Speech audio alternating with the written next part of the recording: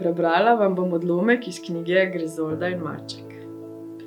Morda se zdi življenje male Ilse, ki živi v kletnem stanovanju s svojim očetom, ki se ne briga zanjo, precej brezupno. Ampak jaz vam iz prve roke zagotavljam, da ni tako. Elsa se s svojim čopičem v roki in najboljšim prijateljem Rolandom lahko zoperstavi svojim očetovim prijateljem, Rolandovim staršem, Minki in Egonu Bartolomejc, učiteljici Fridi Maron, vse dokler ne naleti na kraljico groznico. Kaj pa potem? Gospodična Marabel je ravno pravi čas prinesla pladenj s kolački in čajem. Na pladenj je izjemoma postavila tudi lonček medu, saj je bila prepričana, da ga bo sladkosneda obiskovalka vesela. Pladenj je postavila na mizo, previdno razporedila krhke porcelanaste skodelice na krožničke in nalila vanje čaj iz elegantnega čajnika.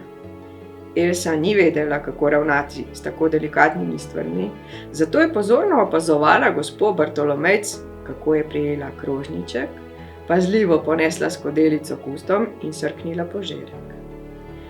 Deklica je do potankosti ponovila njene kretnje. Roland se je zasmejal, njegova mama pa je bila prepričana, da se Elsa norčuje. Vseeno se je modro odločila, da jo bo to pot poskusila ignorirati. Deklica se je kmalu naveličala vljudnega srkanja in je po hitrem postopku zvrnila vase celo skodelico sadnega čaja. Ko jo je nerodno postavila nazaj na mizo, je zažvenkatalo. Gospa Bartolomejc je globoko zavzdihnila. No, pazljivo! Elsa je šele zdaj na mizi zagledala med. Bila je zelo strastna bralka in ker pri mizi navadno ni bilo na voljo nič drugega, je imela navado na glas prebirati etikete prehranskih izdelkov. Grozni med, je prebrala, se namrščila in se sekundo pozneje na ves glas zasmejala. Gozdni med, je vzkliknil Roland in se prav tako zakrohotal. Rolandovi mami pa ni bilo niti malo do smeha.